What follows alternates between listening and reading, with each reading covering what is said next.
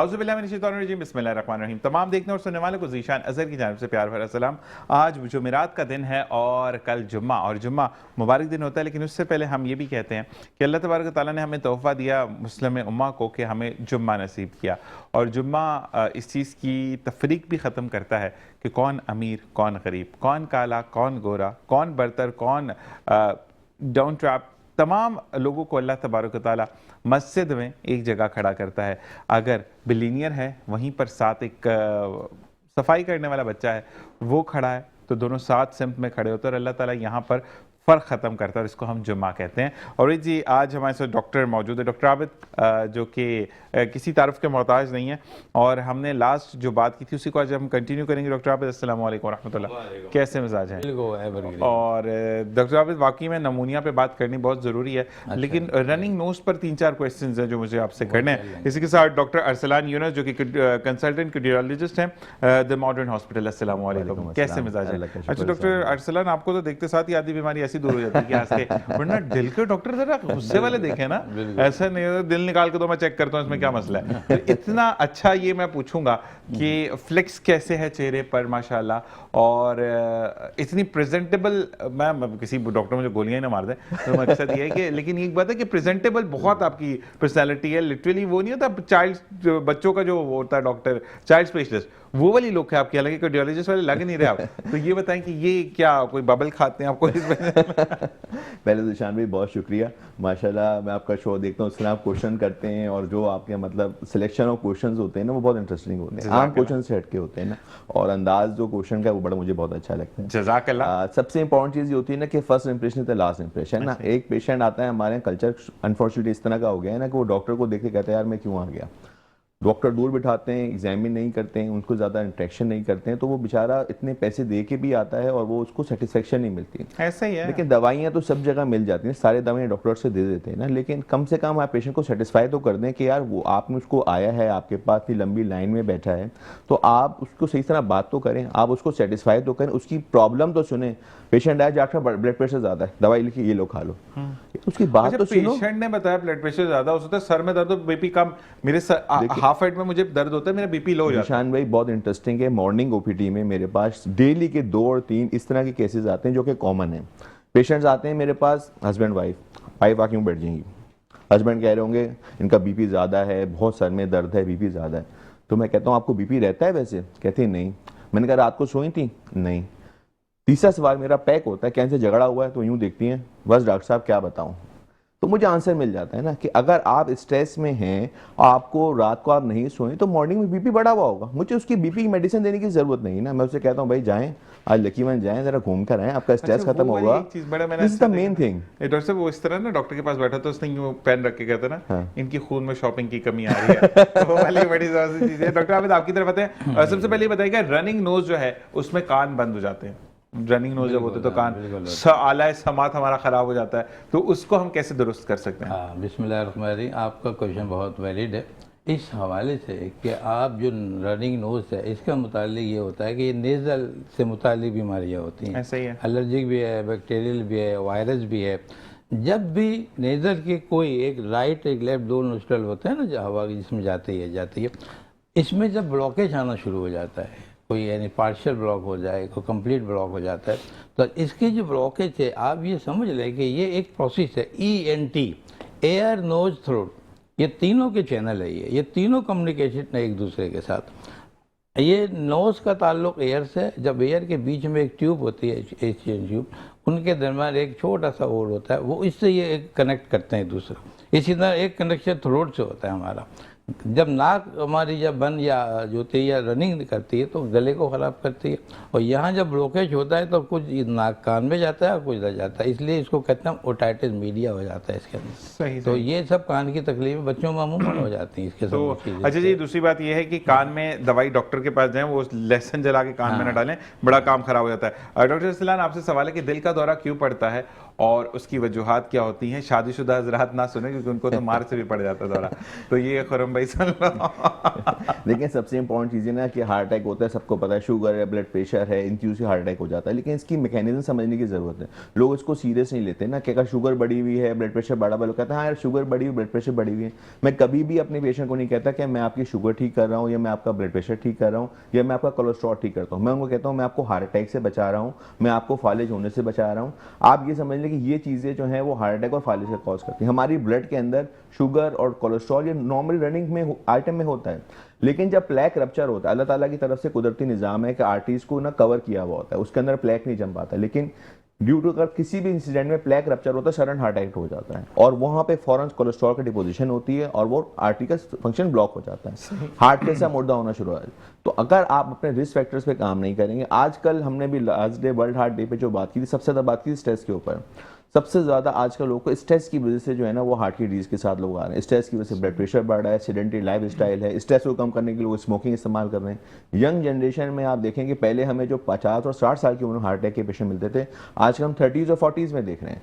रातों को लड़के नहीं सो रहे हैं, अनफॉर्चुनेटली एक मील रात को अम्मी ने खिला दी, उसके बाद रात को ऐप्स के जरिए एक फूड और ऑर्डर कर रहे हैं, डबल मील से रहे हैं, रातों को जाग रहे हैं। उसकी वजह से क्या हो गया ना कि आप खुद ही अपने लिए रिस्क फैक्टर पैदा कर रहे हैं। एक होते हैं मॉडिफाइबल रिस्क फैक्टर और एक non modifiable. Modifiable risk factor वो जो आप कंट्रोल कर सकते हैं अपनी, आप हेल्थ से आप कोलेस्ट्रॉल मेंटेन कर सकते हैं, डायबिटीज़ कर सकते हैं। नॉन मॉडिफाइबल वो होते हैं जो कि जेनेटिक में आ गए ना, फैमिली हिस्ट्री में शुगर है, फैमिली हिस्ट्री में ब्लड प्रेशर है, उससे आप जेनेटिकली आ रही है डिजीज, उसके लिए नहीं कर सकते हैं। लेकिन आप जो कर सकते हैं उसके लिए तो काम करें, आप खुद ही अपने लिए जो है प्रॉब्लम क्रिएट करते हैं। अच्छा, एक सवाल मेरा, फिर एक और सवाल आया है, तो मुझे ये बताइएगा, फिजी ड्रिंक्स और वेप इसमें किरदार अदा करता है? देखिए सबसे ज्यादा छोटा गुना होता है ना, लोग झूठ बोलना। हाँ जी। सबसे ज्यादा झूठ बोल रहे होते हैं, रोजाना गुना कमा रहे होते हैं, उसको गुना नहीं समझते ना। ऐसे ही है। बड़ा गुने को आप लोग गुना समझते हैं। ये वेब जो आया है ना, इसने हमारी यंग जनरेशन को इतना खराब किया। इससे पहले शीशा आ गया था, क्योंकि इसको लोग बुरा नहीं समझ रहे, यार वेब तो है, this is the main thing ना।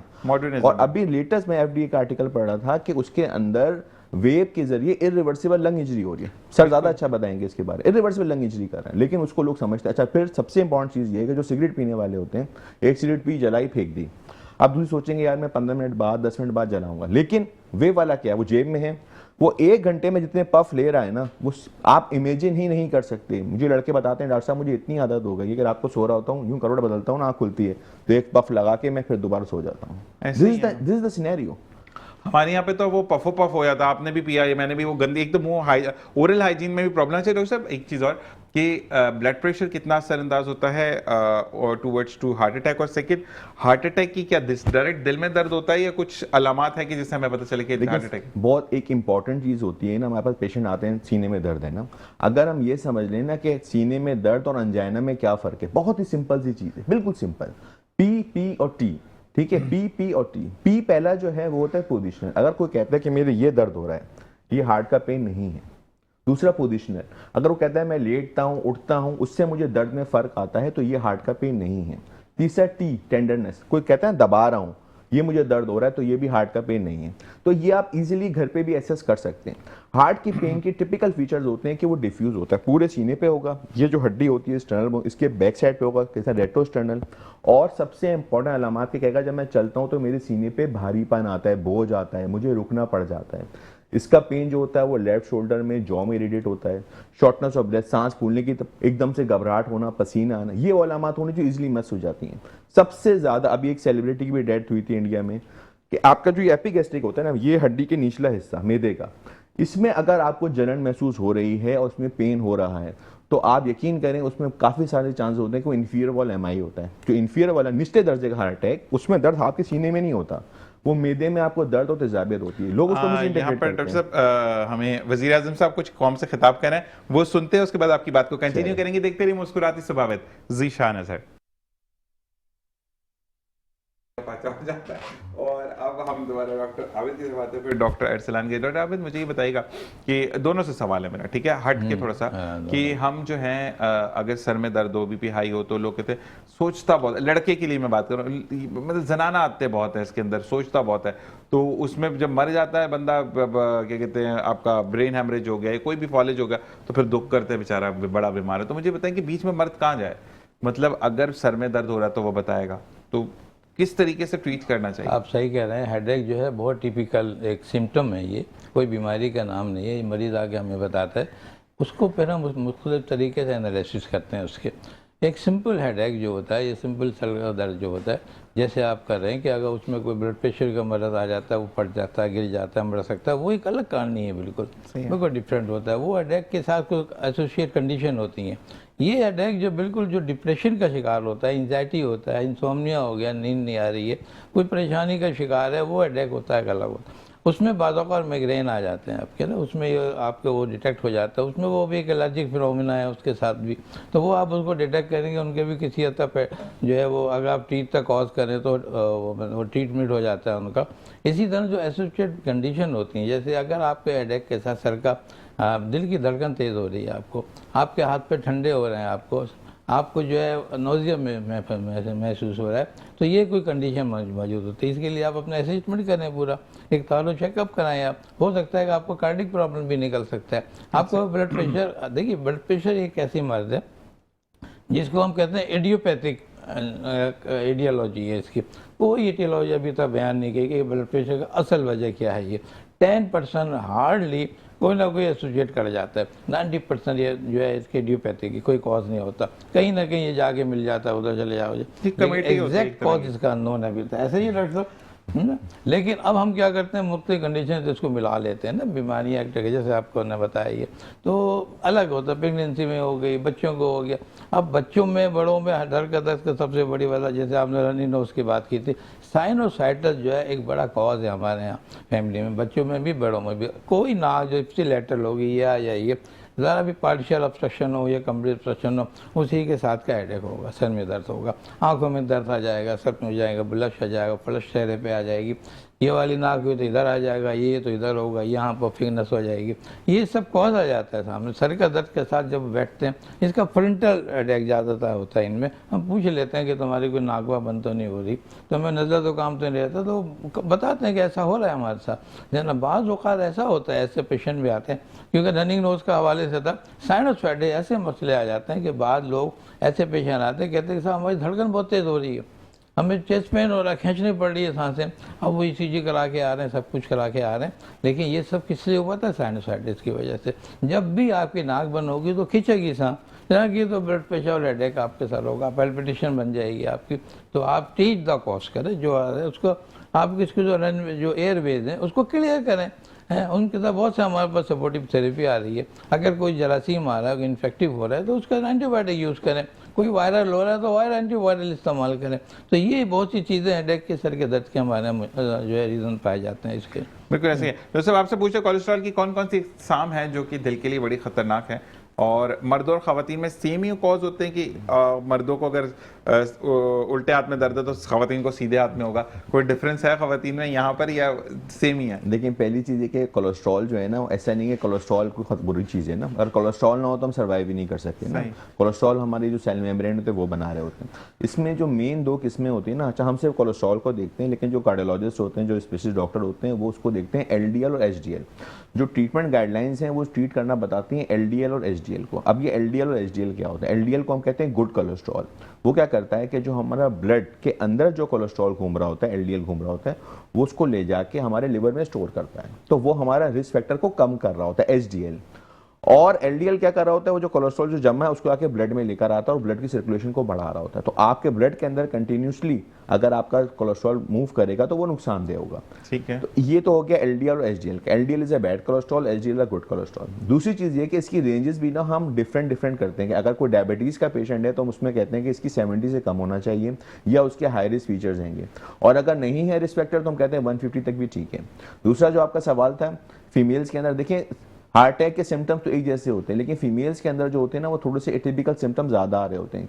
वो ज़्यादा फीमेल आते हैं, डॉक्टर साहब हम बहुत थके रहते हैं, ज़रा सा काम करते हैं बहुत ज़्यादा थकावट होना शुरू होती है, डॉक्टर साहब ज़्यादा चलते हैं हम सांस फूलने की शिकायत होना शुरू हो जाती है, डॉक्टर साहब बस अचानक बैठे बैठे घबराहट होना शुरू होती है, धड़कन अचानक से तेज़ होना शुरू हो जाती है। वो एटिपिकल सिम्टम, उसकी मेन रीज़न क्या होती है कि हम मर्द जो होते हैं ज़्यादातर बाहर काम पर जाते हैं तो हमारा लेवल ऑफ एक्सर्शन ज़्यादा होता है, उसमें हम ज़्यादा पहले डिटेक्ट कर लगते हैं, यार मैं इतना चलता हूँ मेरे सीने पे बोझ आना शुरू हो जाता है। फीमेल्स हफ्तों हफ्तों घर से बाहर नहीं निकलती, घर के अंदर ही अपने काम कर रही हैं, तो उनकी हम फंक्शनल क्लास एसेस नहीं कर सकते। हमारे जितने नाज़रीन देख रहे हैं उनको मैं एक छोटी सी टिप्स बता रहा हूँ कि आप कैसे एसेस कर सकते हैं कि आपको दिल की तकलीफ है या नहीं। घर में एसेस कर लें। फंक्शनल क्लास 1 2 3 4, अगर 1 क्लास वो होती है कि जो आदमी नॉर्मल अपने घर के काम करता है और एक्स्ट्रा कोई क्रिकेट खेलता है या कोई काम करता है तो उसको कोई सिम्टम्स नहीं आते हैं। फंक्शनल क्लास 2 में वो लोग आते हैं कि ऐसा पर्सन जो अपने घर के काम तो कर लेता है लेकिन उससे ज़्यादा कोई काम उसको करने को कहते हो तो उससे नहीं होता, उसका सांस फूलना शुरू हो जाता है, उसके सीने में दर्द आना शुरू हो जाता है। फंक्शनल क्लास 3 में वो लोग होते हैं जो अपने घर के रूटीन के काम भी नहीं कर पाते, तो वो तो बिल्कुल अलार्मिंग होते हैं। और फंक्शनल क्लास 4 में वो पेशेंट आते हैं जो कहते हैं डॉक्टर साहब बैठे बैठे भी सांस फूल रहा है। तो आप ये खुद एसेस करें, क्या आप 10 मिनट 15 मिनट वॉक कर सकते हैं बगैर सांस फूले, बगैर सीने पे बोझ आए, बगैर घबराहट हुए? अगर नहीं हो सकते तो प्लीज़ अपने डॉक्टर से रुजू करें। और सर की जो बात थी कि जी वो मर्द बनो, सर ज़िंदगी एक दफ़ा मिलती है और जो हमारी हेल्थ है ना वो इरिवर्सिबल लॉस होती है। आप यकीन करें हमारे पास लोग लेटे हुए होते हैं, एक साइड पैरालाइज है, पैम्पर में पॉटी की हुई है, कोई चेंज कराने वाला नहीं है। ये रियलिटी मैं आपको बता रहा हूँ। जो लोग कहते हैं ना डॉक्टर साहब देखा जाएगा, शुगर है तो क्या हुआ, अरे सिगरेट पी रहे हैं डॉक्टर साहब, कुछ नहीं होता, जब मरना हो मर जाएंगे, अच्छी बात, मर गए तो अच्छी बात है। लेकिन अगर पैरालाइज हो गए और बेड पे पड़ गए, उसके बाद की जिंदगी है ना, यकीन करें खुद तो आदमी अजियत जो देख रहा होता है, आपसे जो मोहब्बत करने वाले लोग हैं वो भी आपके साथ बहुत ज्यादा तंग हो जाते हैं वो भी आपसे। और डॉक्टर साहब एक फीमेल का सवाल आया है कि मुझे 6 मंथ ऑफ प्रेगनेंसी में पता लगा है कि मेरी एक आर्टरी क्लोज है, बिल्कुल ब्लॉक है, सॉरी। तो मैं जब अपनी कार्डियोलॉजिस्ट के पास गई तो उन्होंने कहा नहीं तो आप तो एक्सपेक्ट करिए, मैं कुछ नहीं बता सकता, तो मैं कहाँ जाऊँ क्योंकि मेरी लेफ्ट हैंड पे बड़ी दर्द रहती है। देखिए इसमें ना रिस्क और बेनिफिट देखा जाता है। अगर उसको कोई हार्ट अटैक नहीं हुआ है, कोई एमआई नहीं हो रहा, सिर्फ अंजाइना का पेन हो रहा है, तो हम प्रेगनेंसी को कंटिन्यू रखेंगे। अल्लाह ना करे अगर इस दौरान उसको हार्ट अटैक होता है, एसीएस होता है ना, एक्यूट कोरोनरी सिंड्रोम, जिसके अंदर बड़ा हार्ट अटैक आता है, छोटा हार्ट अटैक आता है, अनस्टेबल एंजाइना, उसमें फिर हाई रिस्क हम एंजियोप्लास्टी का प्रोसीजर कर सकते हैं। लेकिन अगर इस तरह के नहीं है, सिर्फ ब्लॉकेज आई, तो उसमें फिर हम रिस्क नहीं लेंगे। क्यों कि आपको ज़ाहिर सी बात है स्टंट डालेंगे तो ब्लड थिनर देने पड़ेंगे, वो बेबी के लिए नुकसानदेह होगा। तो ज़्यादा बेहतर होता है कि या तो प्री प्रेगनेंसी प्लान कर लीजिए या फिर पोस्ट प्रेगनेंसी। ड्यूरिंग प्रेगनेंसी फिर आप प्रोसीड करते हैं तो रिस्क वर्सेस बेनिफिट। ठीक है डॉक्टर आबिद, आपके लिए सवाल है कि मेरा बेटा जो है उसके सर में अक्सर दर्द रहती है और वो आंखें भी नहीं उठा पाता। एक होम्योपैथिक डॉक्टर ने बताया कि इसकी आंख और इसके कान के पीछे नज़ला है, लेकिन घर पे जब भी बात करते तो वो कहते ये तो तुमने जनाना टाइप बेटा पैदा किया है, इसका क्या हल हो सकता है? हाँ ये होता है डॉक्टर साहब, बिल्कुल। असल में इनका आप ये देखिए ट्रेंड देखें आप, ये गई हैं तो होम्योपैथिक के पास गई हैं, ठीक है, वो भी एक फील्ड है, लेकिन इनको एलोपैथी डॉक्टर के पास जाना है और वो भी जनरल फिजिशियन, और ये ईएनटी स्पेशलिस्ट के पास जाना है। ये नेजल प्रॉब्लम है इनका, ये जो है मैंने आपको जैसे थोड़ी देर पहले बताया, पार्शियल नेजल ऑब्स्ट्रक्शन यानी मामूली जो ऑब्स्ट्रक्शन होगी वो मामूली दर्द पैदा करेगा। कंप्लीट ऑब्स्ट्रक्शन नेजल का वो कंप्लीट हेडेक पैदा करेगा, घबराहट होगी, नज़र नीचे के बैठे हुए हैं, रेडनेस हो जाएगी, वाज़े हो जाता है कि ये तमाम जो लोड जो है इसका फ्रंट साइड पर है। अगर खुद सोचें आप कि अगर ये नेज़ल ऑब्स्ट्रक्शन ना हो तो पीछे दर्द हो जाए, है यहाँ दर्द हो जाए, ऊपर साइड बदलनी चाहिए ना, तो ये नहीं होता। ये बहुत आसान है, आप एलर्जन टेस्ट करा लेते हैं और एक्सरे करा लें, या पीएनएस एक्सरे होता है, उसमें सब चीज़ें सामने आ जाती हैं। एक सिंपल पीएनएस एपीवीओ लेटरल व्यू में हम लोग ये वादे कर देते हैं इन चीज़ों को। डॉक्टर आबिद, आपके लिए एक सवाल आया, खातून ने बोला कि जब से आपके प्रोग्राम देखने लगी हूँ डॉक्टर आबिद, तब से मैंने हर चीज़ को अलर्ट रख दिया और मैं एक जान का लॉस कर चुकी हूँ अपने बच्चे का। मेरे बच्चे को नमूनिया था, लेकिन उसकी पसलियाँ हमारे ख़ानदान में कहते हैं कि चलें तो नमूनिया होता है, और उसकी पसलियाँ तो नहीं चल रही थी, लेकिन 3 दिन के अंदर मेरा बेटा मेरे हाथ से चला गया। पसलियाँ चलना वैसे मैंने भी सुना है, पसलियाँ चलती हैं या नहीं हाइब्रिड होती है? नमूनिया तो देखिए होता यही है कि डिजनिक होगी अलॉन्ग विद जो है हाइपर वेंटिलेशन होगा। ये जो रिप्स के साथ जो हम जो सांस लेते हैं, या पार चढ़ा होता है, ये गड़े पड़ जाते हैं, इधर इनगोइंग हो जाते हैं, ये भी सब होता है। लेकिन जो आप बता रहे हैं ये जो जिसमें डिजनी हुआ, सांस हो गई ज़्यादा हो गई, लेकिन जो है चेस्ट पे कोई असर नहीं पड़ा, तो देखिए अनडायग्नोज गया ये बच्चा, इनको डायग्नोसिस इसकी नहीं हुई हो सकी है। आपको इसको फ़ौरन जो है किसी स्पेशलिस्ट को उसी वक्त दिखाना चाहिए था। ये बच्चे की बहुत सी चीज़ें, क्यों डॉक्टर साहब, बिल्कुल बिल्कुल ये अनडायग्नोज गया। मैंने लिखा है डॉक्टर साहब कि मैं नीचे ये क्लियर करती चलूं कि मुझे एक बंदे डॉक्टर ने कहा कि उसको शायद नमूनिया, जो बच्चा डॉक्टर बन रहा था, लेकिन मेरे जेठ ने कहा कि ऐसा नहीं है, अभी तो इसकी पसलियां भी नहीं चली, मतलब जेठ सर्जन बन गए। सवाल ये कि उनके जहन में ये बैठ गया कि नमूनिया में ये चीज़ होती है। भाई नमूनिया के जहन में क्यों आया आपसे? आप ये देखेंगे उसका चेस्ट पेन हो रहा है या उसको सांस बड़े इतने हो रही है, आप फौरन डॉक्टर के पास जाएं। कितने कार्डियो प्रॉब्लम्स हैं जिसमें ये सब चीज़ें होती हैं, जिसमें कोई ये नहीं है डॉक्टर, बिल्कुल देखिए, सबसे ये कार्डिक प्रॉब्लम, मुझे लगता है कार्डिक अरेस्ट हुआ है इस बच्चे को जाके, कार्डियो फेलियर में गया ये बच्चा जो है, जब मेरा ये कंजस्टिव कार्डिक फेलियर में गया। बहुत सी चीज़ें इसमें होंगी, माइन होंगी, ये बच्चे को डायग्नोज करना चाहिए। हम इसीलिए कहते हैं, यानी मेरी सजेशन ये होती है कि जैसे ही बच्चा पैदा होता है फर्स्ट कंसल्टेशन आपके पास होना चाहिए, फिर 6 महीने बाद, साल बाद, 2 साल बाद, हर बच्चे की एक फ्रीक्वेंट, अगर नहीं है तो 2 साल बाद, 3 साल के बाद कम से कम उसके चेकअप तो हो रूटीन का। बेसिक जो इन्वेस्टिगेशन हैं वो उसके साथ होनी चाहिए। ये बच्चा, मैंने कहा मुझे अफसोस हुआ इस बच्चे के साथ बहुत ज़्यादा कि ऐसा बच्चा जो ट्रीटेबल था वो ऐसी दुनिया से चला गया।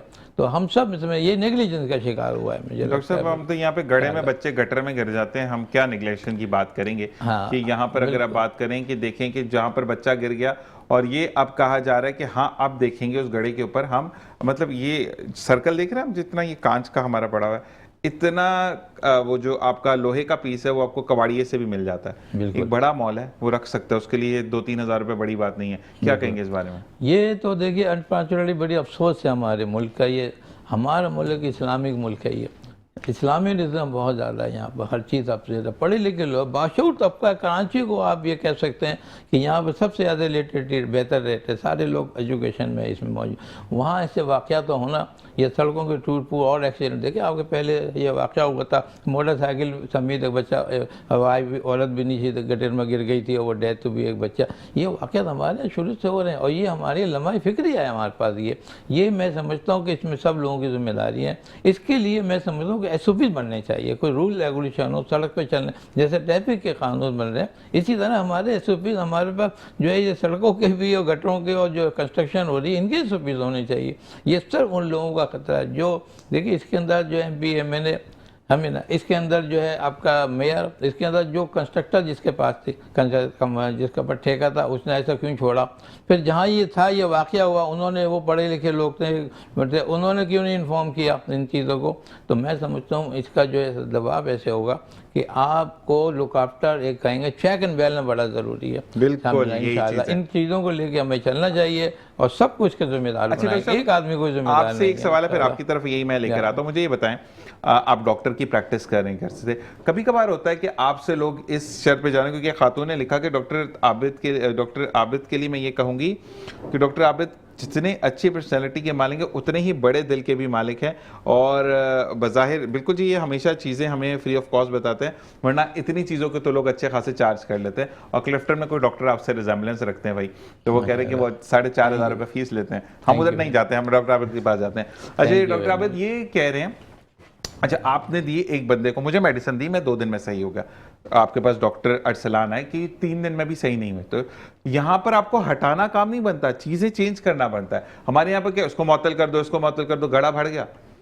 मैं अगर एक वहां पर एक ओहदे पर हूं, मुझे हटाने से मैं गड़ा थोड़ी भरने आऊंगा, मैं तो इंतकाम ही उस पर आ जाऊंगा। तो मुझे ये बताएं कि कहाँ से सकता है ये वाली चीज कि आप बंदों को मुअत्तल कर दें? देखिए ये तो उसी वक्त होगा अगर हम इनको जो है ऐसे सेटअप ले लें मुल्की सतह पे, तो उस वक्त तो आपकी इन्वेस्टिगेशन होगी और जब जो जिसका मुजरिम पाया जाएगा उसका जो उसके हिसाब से सज़ा होगी। जहाँ मेडिकेशन की बात आती है तो मैं इस बात पे तवज्जो देता हूँ कि डायग्नोसिस होना चाहिए और डायग्नोसिस के साथ आपको एप्रोप्रिएट एंटीबायोटिक या एप्रोप्रिएट मेडिसिन उसका इस्तेमाल होना चाहिए। एक अच्छा डॉक्टर सब कुछ कर सकता है, समझे ना। उसके लिए आपको वो इकोनॉमिक्स भी ख्याल भी रखेगा कि ये मेडिसिन महंगी है, सस्ती है, इसके हिसाब से है, इनके स्टेटस के हिसाब से है, क्या देना चाहिए, कितना रोल प्ले करना चाहिए मेडिकेशन को। एक अच्छा डॉक्टर ये सब कुछ कर सकता है। ठीक है सिद्रा, मैं बिल्कुल आपका मैसेज जो है वो मैंने देख लिया, मैं ब्रेक की तरफ जा रहे हैं और ब्रेक से वापस आएंगे। मैं डॉक्टर अरसलान के बाद फिर डॉक्टर आबिद से ये सवाल करूंगा और मैं आज जरूर करूंगा। 27 मैसेजेस हैं आपके, मैं बिल्कुल सवाल करता हूँ इस बारे में। देखते रहिए मुस्कुराती सुबह जीशान है सर। और जी ना, वेलकम बैक। और हम डॉक्टर अरसलान की तरफ जाते हैं। डॉक्टर अरसलान, मतलब दिल के वॉलों में खराबी आ गई है, कैसे पता चलेगा? देखिए दिल के हमारे जो डिजीज़ होती है ना, उसमें एक हार्ट अटैक की डिजीज़ होती है और वॉल्व की होती है। अच्छा, जो हार्ट अटैक होते हैं वो दिल की आर्टरीज होती हैं, उनकी ब्लॉकेज से होता है ना, सही है। लोग उसको भी वॉल्व कह रहे होते हैं। वॉल्व्स का फंक्शन होता है कि दिल को पंप करना, वॉल्व जो होते हैं पंपिंग का काम कर रहे होते हैं। अगर वॉल्व में खराबी आती है, ज़्यादातर उन लोगों में आती है जिनको गला ख़राब रहता है, इन्फेक्शन रहता है, तो ज़्यादातर वो यंग एज में वॉल्व के साथ फीमेल्स खास तौर पे हमारे प्रेजेंट कर रही होती है मिटल स्टेनोसिस के साथ, कि मिटल वाल्व जो है वो ब्लॉक हो रहा है। सबसे इंपॉर्टेंट चीज़ ये होती है कि अगर किसी भी पेशेंट के वेल्व्स के अंदर रुकावट आएगी या वो सही खुल बंद नहीं हो रहे होंगे, तो पहली अलामत सबसे ज़्यादा आएगी कि उनको सांस फूलने की शिकायत होगी। तो कहेंगे डॉक्टर साहब हमें सांस फूलने की शिकायत होती है, जब जरा सा भी काम करते हैं तो हमें थकावट महसूस होना शुरू हो जाती है, या हाथ पैरों में सूजन का आना, ये एक बहुत बड़ी अलामत होती है। या अगर हमारे right side of the heart के वेल्व्स अगर ख़राब होते हैं तो देखते हैं लोग पेट में पानी भर जाता है, पैरों में बहुत ज़्यादा सूजन आना शुरू हो जाती है, देखते हैं कि बहुत ज़्यादा पफीनेस आ रही होती है बॉडी के अंदर, और ज़रा सा भी काम करते हैं तो थकावट महसूस होना शुरू हो जाती है। ये खास अलामत होती हैं। दूसरी उसके साथ वो पल्पिटेशन, कहते हैं डॉक्टर साहब हम बैठे बैठे अचानक हमारा सांस फूलना शुरू हो जाता है और धड़कन हमारी तेज होना शुरू हो जाती है। तो वेल्व की अगर पैथोलॉजी होती है तो उसके अलग कैरेक्टरिस्टिक होते हैं, वो directly related to the heart pain नहीं होते, वो शॉर्टनेस ऑफ ब्रेथ के साथ होते हैं, घबराहट के साथ होते हैं, पल्पिटेशन के साथ होते हैं, एंग्जाइटी के साथ होते हैं, अचानक बैठे बैठे घबराहट का हो जाना, रात को लेटते हुए ऐसे करके सांस का फूलना, उठ जाना, रात को जैसे ही लोग सीधा लेटते हैं कहते हैं नहीं हमारा सांस फूलता है, हम 2 तकिए ले रहे होते हैं, ठीक है, तो वो भी वेल्व की पैथोलॉजी में आता है। लेटे लेटे सांस का अचानक सीधा लेट रहे हैं, अचानक उठ जाते हैं, कहते हैं डॉक्टर साहब सीधा नहीं लेट सकते, 2 तकिए लेके लेटते हैं, ऑर्थोपनिया के साथ, पीएनडी के साथ पेशेंट आ रहे होते हैं। हमारे यहाँ पे ये भी मसला है ना कि थोड़ा सा ब्रीथ आउट होते तो लोग कहते तावीज़ करा दिया किसी ने बीमारी की तरफ नहीं जाते। अच्छा मुझे ये बताएं कि क्या हर दिल की धड़कन तेज होना, पैल्पिटेशन होना, इज दिस कि हमें दिल की बीमारी है? देखिए सबसे ज़्यादा आजकल हमारे पास पेशेंट आते हैं डॉक्टर साहब धड़कन तेज़ हो जाती है ना। देखिए अगर हम यहाँ तीनों बैठे हुए सांप नज़र आ जाए तो हम सबकी धड़कन तेज़ हो जाएगी, क्या ये पैथोलॉजिकल है? नहीं है ना। होता क्या है कि लोग एंग्जाइटी की वजह से रात को सोए नहीं हैं, नशा कर रहे हैं, किसी से झगड़ा हो गया, जॉब से रिलेटेड स्ट्रेस में, उससे धड़कन तेज़ हो रही होती है, they are related to the anxiety. उसमें हम फ़ौरन एक ईसीजी करते हैं और ईसीजी करके हम देखते हैं कि यार कहीं नॉर्मल धड़कन चल रही है, क्या ये अब नॉर्मल चल रही है, उसमें हमें क्लियर हो जाता है। अगर अब नॉर्मल धड़कन तेज़ चल रही है तो हम उसका कॉज देखते हैं कि भाई तुम्हारा कॉज क्या धड़कन तेज़ होने का। हाँ, अगर उसके अंदर पैथोलॉजी आती है तो उसको हम कहते हैं एरिथमियास, कि धड़कन का बेतरतीब होना। उसमें ज़रूरी नहीं कि धड़कन जो आपकी जो है वो तेज़ चल रही हो, अब नॉर्मल धड़कन भी चल रही होती है, नॉर्मल भी चल रही होती है, लेकिन उसमें हम कहते हैं हार्ट ब्लॉक है। तो क्या आपके पास हार्ट ब्लॉक की कंडीशन तो नहीं है? क्या पल्पिटेशन जो आ रही है कोई एरिथमिया तो नहीं है? यंग फीमेल्स में, यंग मेल्स में सुप्रावेंट्रिकुलर टैकीकार्डिया बीमारी होती है, उसका कॉमन होना बहुत कॉमन है। तो उसके लिए आपको ईसीजी करे बगैर आप नहीं डिसाइड कर सकते, कि आप ईसीजी करके ही डिसाइड करेंगे कि हाँ इसको एरिथमिया हुआ है या नहीं हुआ है। ठीक है। अच्छा जी, दिल की जो वर्जिश है दिल की बीमारियों को कम करती है?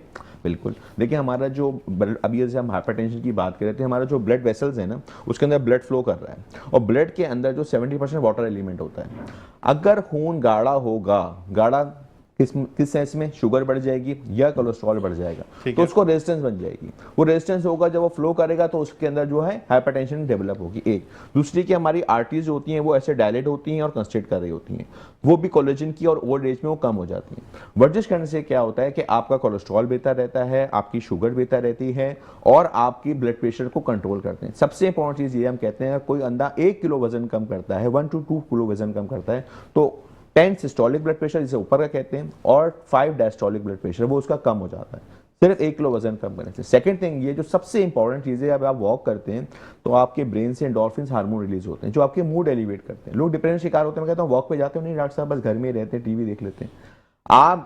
मैं कहता हूँ जो लोग खास तौर पे बाहर नहीं जा पाते, घर के अंदर वॉक करें, कोई सॉन्ग लगा लें, कोई नाच लगा लें, एक कमरे से दूसरे कमरे, दूसरे कमरे से अपने कमरे में सफाई कर लें।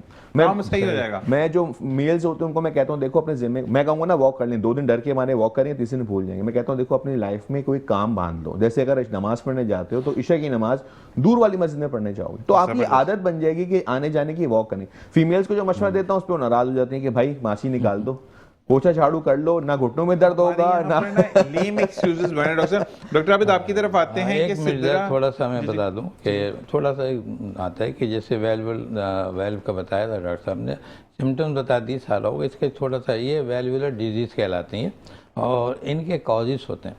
अब जैसे जब आपने कहा धड़कन तेज़ हो रही है और सांस हो रहा है, तो इसकी कुछ वजूहत होती हैं, जैसे रोमेटिक फीवर है हमारा लोगों में पाया जाता है, बच्चों में, बड़ों में। इसमें वाल्व जो है ना, हार्ट वाल्व जो है वो इन्वॉल्व है, माइटल स्टेनोसिस हो गया, वाइटल रीगर्जिटेशन हो गया। और काज जो बनता है इसका, जो पैथोजेनेसिस इसकी जो बनती है, वो साफ ब्लड और नासाफ ब्लड आपस में मिल जाते हैं। यानी मिसाल के तो माइटल स्टेनोसिस जो आपके राइट और लेफ्ट के ब्लड वो स्टेसिस हो जाता है, बैक हो जाता है बिल्कुल, तो वो डीऑक्सीजनेटेड ब्लड सर्कुलेट करता है। ये इसकी पैथोजेनेसिस होती है। कॉज पे हमें नज़र रखनी चाहिए। सिम्टम होंगे ठीक है, लेकिन खास ज़्यादातर हमने देखा रोमेटॉइड अर्थराइटिस, उसमें फिर ये कार्डियाटिस हो जाता है। और वेल्व्स को जो है हमें चेंज भी करना पड़, रिप्लेस करना पड़ जाता है। अच्छा जी, ये तो बात होगी। अब आपने हाँ नहीं, अरसलान साहब भी मैसेज करके कह रहे हैं, डॉक्टर साहब से बोलते हैं कि मैंने 5-6 लोगों को दिल दिया हुआ, मुझे दिल की बीमारी नहीं हो सकती है। अच्छा जी, यहाँ पे डॉक्टर आबिद ये कह रहे हैं कि डॉक्टर आबिद फीमेल पूछ रही हैं कि उनको अक्सर जो एंटीबायोटिक है वो खाती हैं 250 ग्राम कर रहा हूँ 250 mg, तो उनको तब 15 दिन तक जो है वो यूरिन बर्न यूरिन आता है, तो इसकी क्या कॉज हो सकती है? हाँ देखिए, एक सबसे बड़ी बात है कि इनको एंटीबायोटिक फोबिया है। इनको डर खौफ है कि ये चीज़ करने से ये होता है। ऐसे मरीज भी आते हैं, बिल्कुल आते हैं, लेकिन आप ये सोचें अगर कोई बीमारी यूटीआई की बीमारी है, फट कर लो, तो लाजिम बात है उसमें आपको उसके हिसाब से एंटीबायोटिक दे देनी पड़ेगी ना। सही है। तो ऐसा होता है। तो उनके साथ बड़ा आसान तरीका है, आप इनको जो है ना सपोर्टिव थेरेपी समझ के एंटीबायोटिक दे दें उनको। ओके, मतलब अब कुछ बोलना पड़ता है। सही बात है। अच्छा डॉक्टर साहब, एक चीज़ और पूछी गई है कि मेरी स्किन के ऊपर बड़ी वो अजीब सी सेगनेस हो गई, क्योंकि मुझे डॉक्टर ने कहा था कि तुम्हारी जो फेस एरिया है इसमें आपका चीक्स एरिया में आपका रेशा भर गया है। बिल्कुल वही बात आ रही है साइनसाइटिस वाली। ये रेशा ही होता है, हम कहते हैं सूजन पफिनस होगी, मैंने जिक्र किया था, आगे रेड हो गए, नीचे बैठ गए। ये फ्रंटल साइनस होते हैं, ये मैक्सिलरी साइनस होते हैं, ये फिल हो जाते हैं पस से, पस बन जाता है, रिटेन होगा जब भी फ्लूइड, तो वो ख़राब ही करेगा, स्मेल आएगी नाक से ना, सांस में प्रॉब्लम होगा। ये स्वेलिंग उस तरफ से होती है। इसमें ड्रेन है, सिंपल ट्रीटमेंट ड्रेनेज है, आप इसके नाक को सफाई करा रहे हैं, ड्रेन करा रहे हैं, फिर वो जो स्किन अजीब सी हो जाती है। हाँ बिल्कुल हो जाती है, एकदम पफिनस हो जाती है, भूल जाते हैं। हाँ ये भी अच्छे डॉक्टर की पहचान है कि उनको डिटेक्ट करे, बजाय कॉस्मेटिक को भेज दे कि जाओ भाई अपने मेकअप कराओ, ठीक है, हाँ बोटॉक्स लगाओ और काम खराब करो। अच्छा जी, मुझे ये बताइएगा कि स्ट्रेस किस तरह मंफी असर डालता है दिल पर? लेकिन जब भी स्ट्रेस होगा ना, तो हमारी धड़कन तेज होना शुरू हो जाएगी। एक कॉमन सी बात है, ब्लड प्रेशर बढ़ना शुरू हो जाएगा। आपको लाइफ में आप एंजॉय नहीं कर सकेंगे। जब भी स्ट्रेसफुल कंडीशन होगी तो आप देखेंगे कि आपकी धड़कन तेज हो रही है, ब्लड प्रेशर तेज हो रहा है।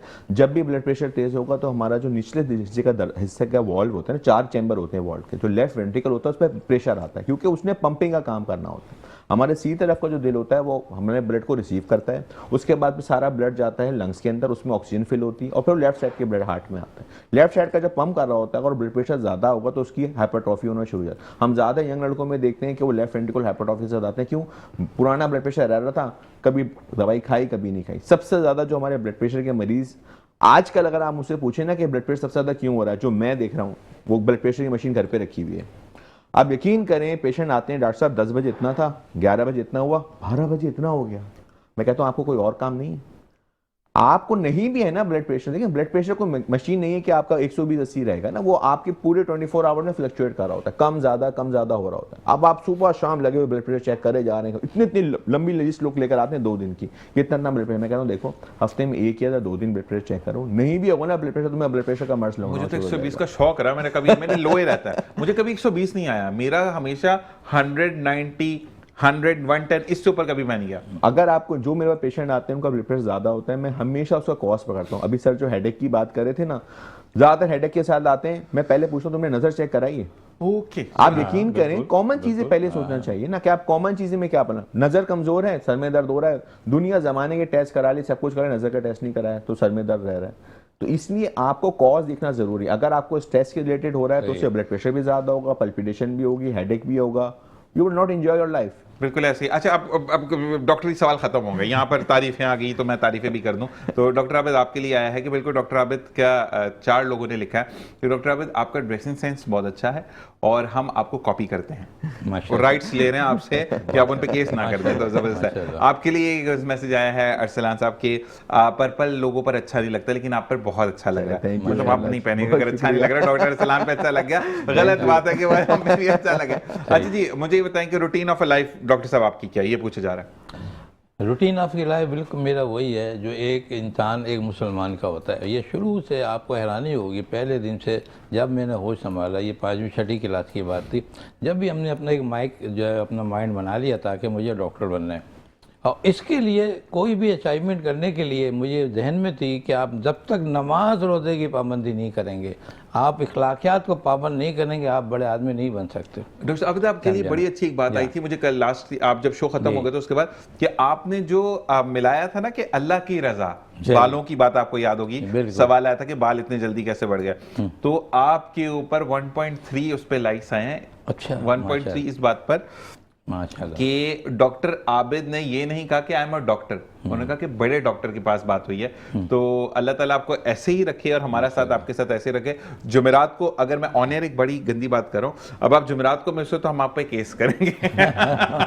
तो जुमेरात आपका फिक्स, अल्लाह ताला आपको सेहत दे। देखिए तबीयत अगर खराब हो तो कुछ नहीं कर सकते। आपको हमारे साथ मौजूद है, बता दूं डॉक्टर का तो रूटीन मेरा वही है। आपको ऑन एयर एक अजीब सी बात लगती है, आज तक मेरी कोई नमाज नहीं छूटी जिंदगी की, माशाल्लाह, और कोई रोजा नहीं छूटा। सुभान अल्लाह। इसी के साथ एक दफ़ा मैं बताऊं आपको, मस्जिद में गए, मेरे वालिद साहब साथ थे, और मुझे कहने लगे कि मौलाना नमाज़ पढ़ाने नहीं आए थे जामा मस्जिद, तो मुझे कहने लगे आप नमाज़ पढ़ाएं। मुझे कहा इसलिए कि मेरी सब नमाजें पूरी थी, मैं तालीम भी थी, दीन की तालीम भी थी माशाल्लाह। तो मैंने अपने वालिद साहब से कहा, वालिद साहब आप जाएँ। तो मेरे बाबू मुस्कुराए और कहने लगे बेटा आप डिज़र्व करते हैं और मेरी दुआएं आपके साथ है। माशाल्लाह। इसी के साथ अल्लाह ताला सबको ऐसा ही बेटा दे जैसे डॉक्टर आबिद। डॉक्टर आबिद बहुत बहुत शुक्रिया। इंशाल्लाह अगली जुमेरात आपसे मुलाकात होगी। आप हमारे साथ अभी मौजूद हैं और इंशाल्लाह आपको भी मजीद चीज़ें बताएंगे। देखते रहिए मुस्कुराती सुबह विद ज़ीशान हसन।